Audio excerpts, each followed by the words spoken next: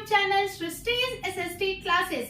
आज से हम लोग हिस्ट्री का न्यू चैप्टर स्टार्ट करने वाले हैं। The name of the chapter is the rise of nationalism in Europe. तो चलिए स्टार्ट करते हैं और ध्यान से सुनिएगा इस कहानी को। आप ये मत समझिएगा कि ओ गॉड इतने सारे डेटा याद करने पड़ेंगे मुझे, नहीं, कहानी की तरह सुनिए, कहानी की तरह याद रखिए और देखिए फिर कितना मजा आता है पढ़ने में। तो चलिए, आपके एनसीईआरटी बुक के फर्स्ट पेज में, इस चैप्टर के फर्स्ट पेज में एक प्रिंट दिया हुआ है, एक इमेज दिया हुआ है जो आपको यहाँ पे दिख रहा है। क्लियर है?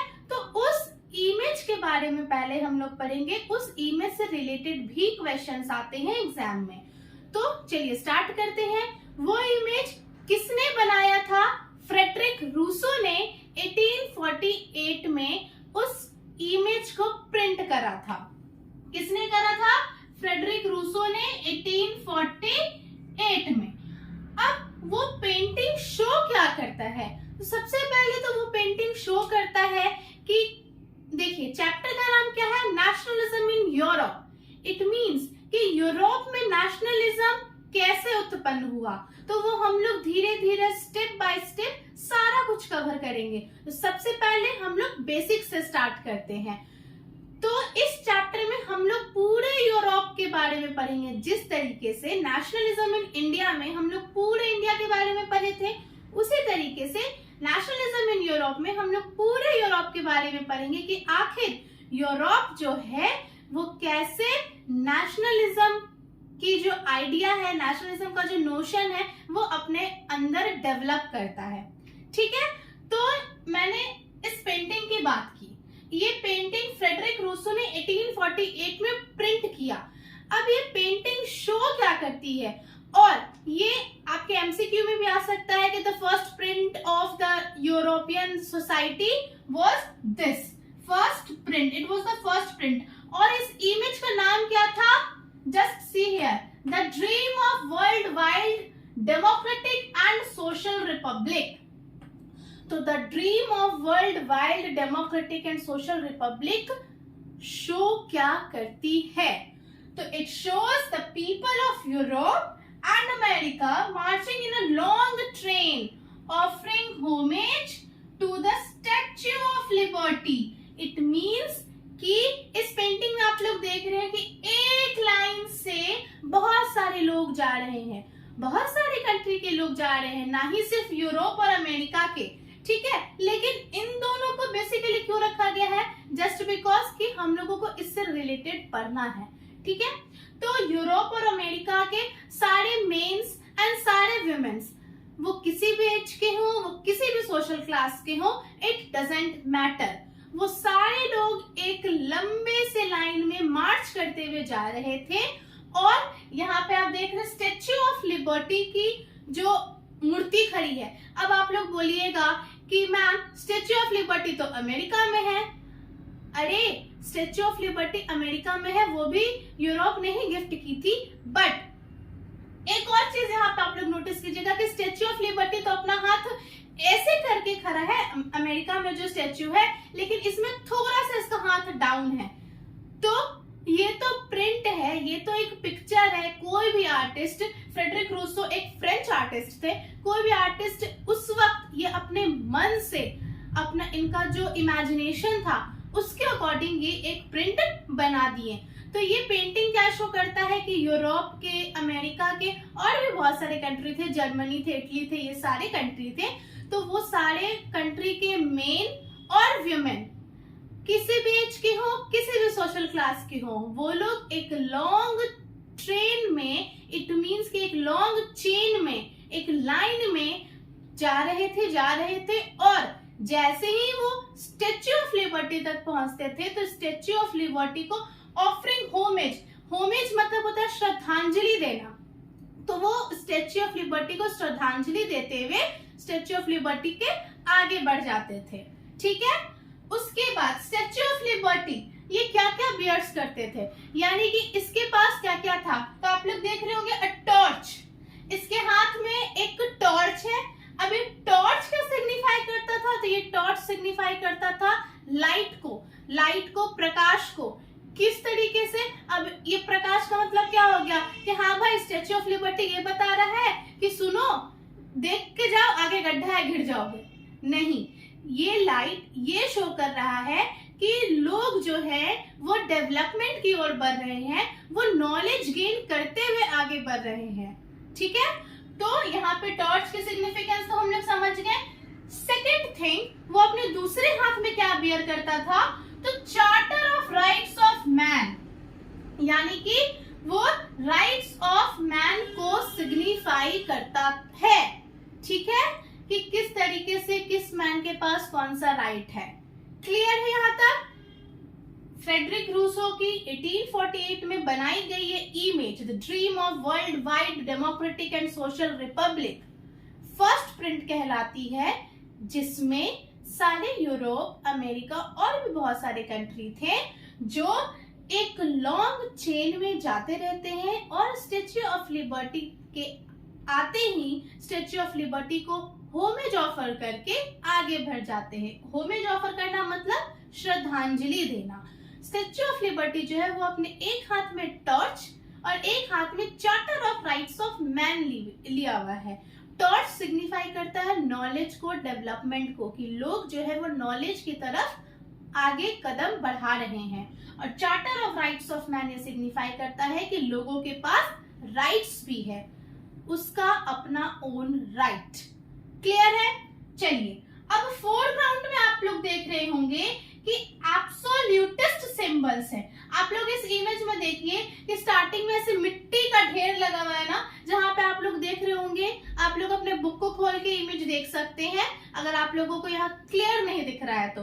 आप लोग यहाँ पे फोरग्राउंड पे देख रहे होंगे कि ऐसे मिट्टी का ढेर लगा हुआ है, और उस मिट्टी के ढेर में राजा का मुकुट भी है, बहुत सारे जेवर जवारात, बहुत सारे चार्टर्स भी हैं, तो बहुत सारा कुछ है। तो उसी को हम लोग एब्सोल्यूटिस्ट सिंबल बोले हैं। एब्सोल्यूटिस्ट सिंबल, इट मींस कि एब्सोल्यूटिस्ट, इट मींस कि राजा का, मतलब पहले के जमाने में राजा का जो भी पावर होता था उस पे कोई चेक नहीं लगा सकता था। इट मींस कि उस पे कोई सवाल नहीं उठा सकता था। तो एब्सोल्यूटिस्ट का मतलब तो वो हो गया, यानी कि जो भी सामान होगा, जो भी सिंबल आपको पिक्चर में दिख रहा है, वो एब्सोल्यूटिस्ट सिंबल है। अब क्या होगा उस एब्सोल्यूटिस्ट सिंबल का? ये क्यों दिखाया गया है? ये कबाड़ है, अब कोई आके इसको उठा के ले जाएगा और बेच देगा? नहीं, ये सिग्निफाई करता है कि किस तरीके से वहां पे जो है एक जो शासन है वो धीरे धीरे खत्म हो रहा है और लोग सेल्फ डेवलप होके आगे बढ़ रहे हैं। क्लियर है? उसके बाद देखिए, ये आपका क्वेश्चन आता है, what was the idea of print prepared by Frederic Rousseau.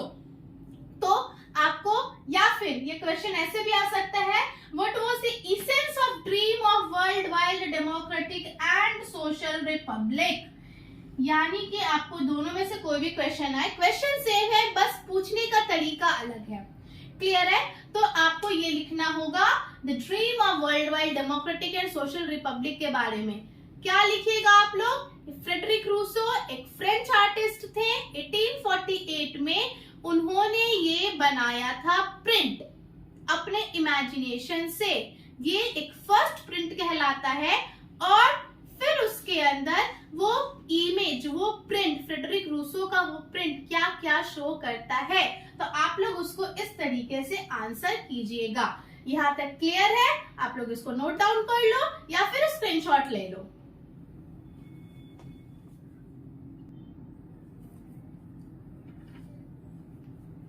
Let's start our new topic. चलिए, हम लोग पेंटिंग के बारे में ही पढ़ेंगे, बट उसके आगे के न्यू टॉपिक, सूरियोज यूटोपियन विजन।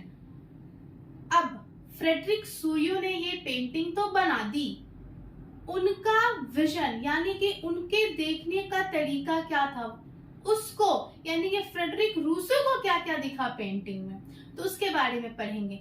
सबसे पहले आप लोग ये बताइए कि यूटोपियन का मतलब क्या होता है। यूटोपियन का मतलब होता है something which is not real. Something, मैं लिख दे रही हूं, विच इज नॉट रियल, ये होता है यूटोपिया का मतलब। क्लियर है? तो यूटोपिया का मतलब होता है something which is not real, यानी कि वो रियल लाइफ में नहीं है, वो हमारे इमेजिनेशन में है, हाँ, लेकिन लोग उस चीज को पाने के लिए स्ट्राइव कर रहे हैं। क्लियर है? यूटोपिया का, यूटोपियन का मतलब आपको समझ में आ गया। तो सूरियो का यूटोपियन विजन क्या था? जाहिर सी बात है, फ्रेडरिक सूरियो ने भी तो ये पेंटिंग, ये प्रिंट जो है वो इमेजिन करके बनाया था। ठीक है, तो उनका विजन क्या था इस पेंटिंग को देखने का? तो इनका विजन क्या था?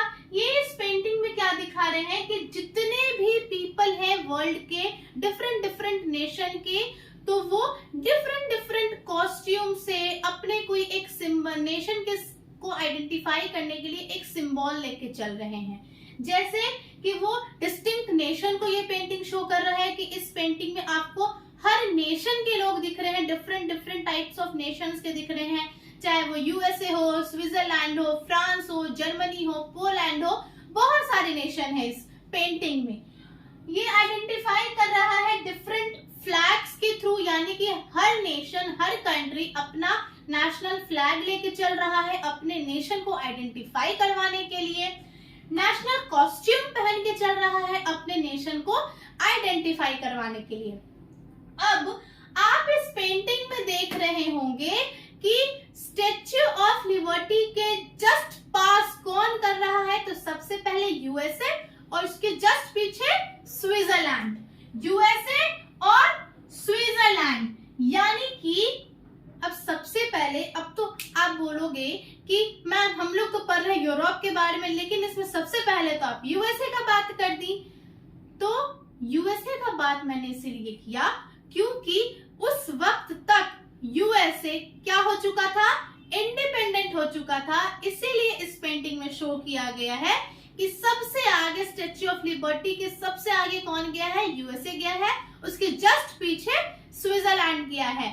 यूएसए कब डेवलप हो चुका था, कब इंडिपेंडेंट हो चुका था? यूएसए का इंडिपेंडेंस ईयर क्या है? ये आप लोगों का होमवर्क है, आप लोग मेरे कमेंट बॉक्स में कमेंट करोगे। ठीक है, तो चलिए, पेंटिंग में क्या दिखाया गया कि डिफरेंट टाइप्स ऑफ नेशंस अपने अपने नेशन को कैसे सिंबलाइज कर रहे हैं, कैसे आइडेंटिफिएबल बना रहे हैं। तो अपने नेशन के ट्राई कलर फ्लैग्स को लेके, उसके बाद अपने नेशन के नेशनल कॉस्ट्यूम्स को पहन के, ठीक है, उसके बाद स्टेच्यू ऑफ लिबर्टी के जस्ट आगे यूएसए और स्विट्जरलैंड गया क्योंकि उस वक्त तक ये कंट्री जो है वो इंडिपेंडेंट हो चुकी थी। और जस्ट स्विट्जरलैंड के बाद फ्रांस आता है। तो फ्रांस किस चीज से आइडेंटिफाई किया है खुद को? तो अपने ट्राई कलर फ्लैग से। फ्रांस की ट्राई कलर फ्लैग का कलर क्या था? Red, blue and white. ये था फ्रांस के नेशनल फ्लैग का colour, red, blue and white. Clear है? ये ऐसे नहीं था, वर्टिकली था divided, red, blue and white. ठीक है, तो फ्रांस अपने नेशन को अपने ट्राई कलर फ्लैग से आइडेंटिफाई करवाया। उसके बाद जैसे ही वो रीच करता है स्टेच्यू के पास, स्टेच्यू ऑफ लिबर्टी के पास, तो उसके जस्ट पीछे जर्मनी रहता है, जो आप लोग जैसे देख रहे हैं black, red and gold flag. Picture को देखिए, black, red and gold flag जो है वो जर्मनी है। वो तो यानी कि फ्रांस के जस्ट पीछे कौन है? जर्मनी है, जो अपने ट्राई कलर फ्लैग से आइडेंटिफिएबल बना रहा है अपने नेशन को कि हाँ भाई मेरे हाथ में देख लो जर्मनी का झंडा है, हम लोग जर्मनी के पीपल हैं। ठीक है, तो जर्मनी के साथ साथ फॉलोइंग बाय जर्मनी, ठीक है, जर्मनी के साथ साथ बहुत सारे अलग अलग कंट्री थे पीछे तक। कौन कौन से थे? पोलैंड थे, ऑस्ट्रिया था, इंग्लैंड, आयरलैंड, हंगरी, रशिया। ठीक है, इतने सारे कंट्री थे जो उस एक कगार में, जो मैंने जस्ट अभी बताया कि एक लॉन्ग ट्रेन में, लॉन्ग ट्रेन बनाते हुए, ट्रेन में नहीं थे वो लोग मार्च करते हुए, बट यहाँ पे इसीलिए सिंबलाइज किया गया है क्योंकि वो लोग एक लॉन्ग चेन में स्टेच्यू ऑफ लिबर्टी को होमेज ऑफर करते हुए आगे बढ़ रहे थे। और जैसे जैसे वो आगे बढ़ रहे थे, इट शोज दैट कि वो लोग डेवलप हो रहे थे, वो लोग इंडिपेंडेंट हो रहे थे, सेल्फ डेवलपमेंट की कैपेसिटी उन लोगों के अंदर आ गई थी। क्लियर है यहाँ तक? चलिए अब आप लोग पेंटिंग में हेवेंस में आप लोग देख रहे होंगे ना कि हेवेंस मतलब ऊपर, पेंटिंग के ऊपर आप लोग देखिए, ऊपर आप लोगों को क्या दिख रहा होगा कि बहुत सारे संत हैं, बहुत सारे क्राइस्ट हैं। तो ये लोग क्या शो कर रहे हैं? बहुत सारे एंजल्स हैं, ये लोग शो कर रहे हैं फ्रेटर्निटी को। It symbolizes the fraternity of the Nations of the world, यानी कि ये हर नेशन के फ्रेटर्निटी को शो कर रहे हैं। क्लियर है? तो आप लोगों को इस पेंटिंग के बारे में समझ में आ गया कि ये पेंटिंग किस तरीके से और क्या शो कर रहा है। ठीक है, यहां तक आप लोग नोट डाउन कर लो, या फिर इस पार्ट का नोट्स मैं इस वीडियो के डिस्क्रिप्शन बॉक्स में भी डाल दूंगी।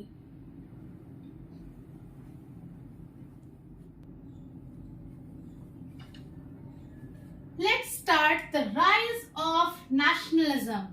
आखिर नेशनलिज्म यूरोप में आया तो कैसे आया? ठीक है, हम लोग नेशनलिज्म इन इंडिया में पढ़े थे कि नेशनलिज्म इन इंडिया का आप लोग लास्ट टॉपिक याद करने की कोशिश कीजिए, सेंस ऑफ कलेक्टिव बिलोंगिंग्स। उसमें हम लोग क्या पढ़े थे कि जब ब्रिटिशर्स शासन किए थे तो उसके पहले तक तो क्या सिचुएशन था कि इंडिया के लोग आपस में ही लड़ रहे थे कि नहीं हम अच्छे हैं, हम अच्छे हैं। वो लोग कभी भी यूनाइट नहीं हुए। यूनाइट कब हुए? जब उन लोगों को ये फील हुआ कि सारे लोगों के साथ एक ही चीज हो रहा है, एक ही रूल ओवर कर रहा है। कौन? ब्रिटिशर्स। यानी कि the sense of collective belonging. जब उन लोगों को सेम स्ट्रगल से जब वो लोग गुजरे, तब उन लोगों को फील हुआ कि नहीं हम लोग सबके साथ एक ही हो रहा है। अब मेरा दुश्मन भी कोई एक है और तुम्हारा दुश्मन भी वो सेम है, तो हम दोनों तो दोस्त बन जाएंगे कि चलो हम दोनों का दुश्मन एक है तो हम लोग दोनों मिलके उससे लड़ते हैं। तो वही चीज हुआ था। सेम वही कंडीशन यूरोप में भी था। यूरोप में पहले लोग क्या बोलते थे? हम अच्छे हैं, हम अच्छे हैं। लेकिन नेशनलिज्म का जो आइडेंटिटी है या फिर उसका जो नोशन है, उसका जो आइडिया है, वो कैसे डेवलप होता है लोगों के अंदर, तो उसके बारे में हम लोग पढ़ेंगे। तो द राइज ऑफ नेशनलिज्म, अब ये बहुत सारे छोटे छोटे डिफरेंट चेंजेस को दर्शाता है। ठीक है, अब चेंजेस को दर्शाने के बाद नेशन स्टेट का इमर्जेंस होता है from multinational empires, multinational dynastic empire of Europe. यानी कि पहले क्या था कि हाँ ये राजा है, ये मर गया, इसका बेटा राजा बनेगा। और वैसे वैसे अब उस वक्त क्या होता था ना कि मान लो कि कोई ये एक टेरिटरी है, ठीक है, इसके अंदर बहुत सारे छोटे छोटे टेरिटरी है। इस टेरिटरी का कोई एक राजा ये है, इसको रात में सपना आया कि हमको हमला करना है, बस उठा और दूसरे डायनेस्टिक टेरिटरी पे हमला कर दिया। उसके बाद क्या हुआ कि पूरा टेरिटरी तो इसका हो गया। तो उस वक्त क्या होता था ना कि यूरोप के लोगों को ये चीज पता ही नहीं होता था कि हाँ मेरा राजा कोई, क्योंकि कोई एक फिक्स राजा नहीं था। आज ये है, अच्छा ये मर गया, कोई बात नहीं, आज से मेरा राजा ये कहलाएगा। तो ये सिचुएशन था। तो मल्टीनेशनल डायनेस्टिक एम्पायर की जगह यूरोप में धीरे धीरे नेशन स्टेट का इमर्जेंस होने लगा, जैसे जैसे नेशनलिज्म की ओर लोग कदम बढ़ाए। ठीक है, तो क्या हम लोग देखते हैं कि मॉडर्न स्टेट से नेशन स्टेट की तरफ लोग यानी कि यूरोप की सोसाइटी बढ़ती है। मॉडर्न स्टेट यानी कि जहाँ पे इंडस्ट्रियलाइजेशन बहुत अच्छे से हो रहे हैं, जहाँ पे डेमोक्रेसी की बात हो रही है। और नेशन स्टेट यानी कि जहाँ पे एक फिक्स्ड टेरिटरी हो, industrialisation, development, democratic situation, democratic society nation state में ही होगा। There was a slight difference between these two, and that difference was that कि नेशन स्टेट में एक फिक्स्ड टेरिटरी होगी, ठीक है। और मॉडर्न स्टेट में हम लोग इंडस्ट्रियलाइजेशन की बात करते हैं, डेमोक्रेसी की बात करते हैं, ठीक है।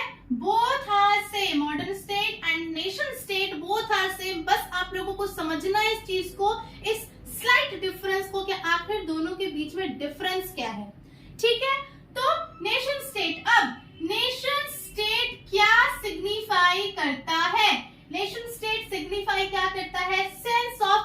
बिलोंगिंग। अभी मैंने बताया nation state, nationalism in India में भी आप लोगों ने पढ़ा होगा कि नेशन स्टेट क्या सिंबलाइज करता है, सेंस ऑफ कलेक्टिव बिलोंगिंग। और ये क्या बहुत पहले से चलते हुए आ रहा है?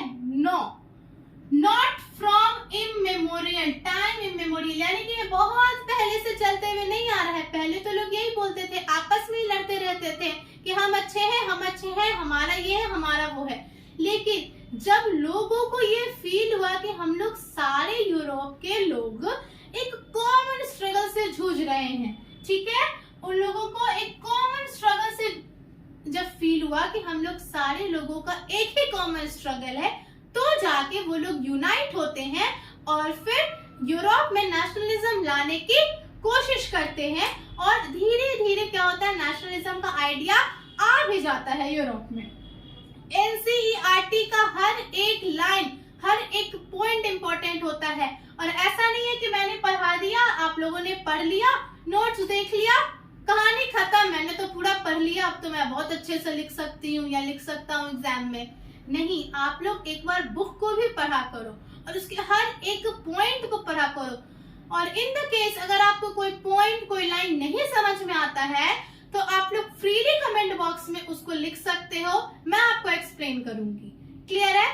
तो चलिए एट लास्ट हम लोग क्या देखते हैं, the diverse process through which, the diverse process यानी कि बहुत सारे प्रोसेस के बाद नेशन स्टेट और नेशनलिज्म का आइडिया जो है, नेशन स्टेट बनता है और नेशनलिज्म यूरोप में आता है। कब आता है? 19th सेंचुरी में। कब आता है? 19th सेंचुरी में यूरोप के अंदर। तो ये हम लोग क्या देखें कि द राइज ऑफ नेशनलिज्म। सबसे पहले हम लोग क्या देखें कि किस तरीके से फ्रेडरिक रूसो ने अपने इमेज को सिग्निफाई किया, वो क्या क्या सिंबलाइज करता था कि सारे कंट्री, सारे नेशन जो है वो वर्ल्ड के, वो अपने अपने एक आइडेंटिफिएबल सिंबल को लेके चलते थे, ठीक है।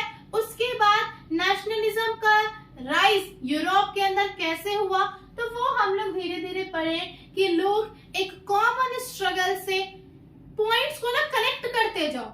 और आपको इस चैप्टर में ना, आप लोग 9th क्लास में एक चैप्टर पढ़े होंगे, द फ्रेंच रिवॉल्यूशन। वो चैप्टर आपको बहुत ज्यादा हेल्प करने वाला है इस चैप्टर को समझने के लिए। तो आप लोग जो पढ़ लिए हो ना, उसको भूल मत जाना कभी, ठीक है। इनफैक्ट मैं भी जो पढ़ा रही हूँ ना, एक पार्ट मैंने पढ़ा दिया, नेक्स्ट पार्ट पे आई, पिछला पार्ट भूल गए। नहीं, पॉइंट्स को कनेक्ट करते रहो, तब आपको ना एक कहानी का एक लंबा सा चेन जो है ना, वो एक सीधा चेन में, जो एक उलझा हुआ चेन बन जाता है ना दिमाग में, वो एक सीधे से चेन में आपको समझ में आ जाएगा। तो इसके आगे हम लोग पढ़ेंगे कि किस तरीके से यूरोप में नेशनलिज्म आया और फ्रेंच रिवॉल्यूशन का क्या रोल था यूरोप में, ठीक है। तो आज की इस वीडियो में इतना ही। इस वीडियो में मैंने जो भी पढ़ाया है, इस पार्ट का नोट्स मैं इस वीडियो के डिस्क्रिप्शन बॉक्स में डाल दूंगी। तो आज की इस वीडियो में इतना ही। नेक्स्ट वीडियो में मैं मिलती हूँ नेक्स्ट टॉपिक के साथ। Thank you.